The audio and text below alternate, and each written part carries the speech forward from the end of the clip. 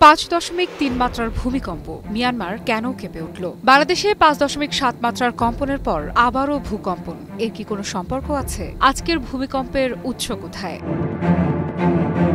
দক্ষিণ পূর্ব এশিয়ার দেশ মিয়ানমার উপকূলে আজ রবিবার সকালে আঘাত এনেছে 5.3 মাত্রার ভূমিকম্প। স্থানীয় সময় সকাল 10টা 39 অনুভূত হওয়া এই কম্পন কাঁপিয়ে দেয় পুরো উপকূলীয় অঞ্চলগুলো। ভূকম্পন অনুভূত হয়েছে থাইল্যান্ডেও, তবে এখন পর্যন্ত কোনো ধরনের ক্ষয়ক্ষতি বা হতাহতের তথ্য পাওয়া যায়নি।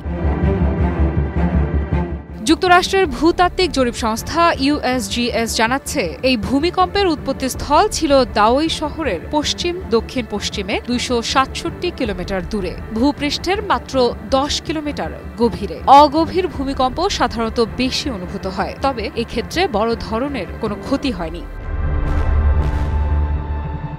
এই কম্পন এমন সময় ঘটল যখন এর ঠিক 2 দিন আগে 21 নভেম্বর বাংলাদেশ জুড়ে অনুভূত হয়েছিল 5.7 মাত্রার ভূমিকম্প। এছাড়াও 22 নভেম্বরেও বাংলাদেশে ভূমিকম্প অনুভূত হয়। ভূতাত্ত্বিক বিশেষজ্ঞরা বলছেন, আজকের মিয়ানমারের ভূকম্পনটি সেই কম্পনেরই পরবর্তী কম্পন বা আফটারশক হতে পারে। একই অঞ্চলের ভূগর্ভস্থ প্লেটগুলোতে চাপ জমে থাকলে কয়েকদিন ধরে একাধিক কম্পন দেখা দিতে পারে, যা স্বাভাবিক ভূতাত্ত্বিক প্রক্রিয়ার অংশ।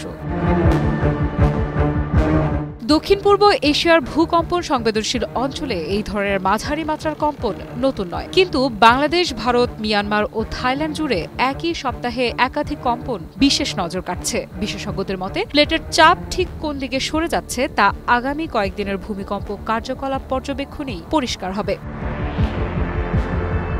আফ্রিদা ইফরা, নিউজ 24।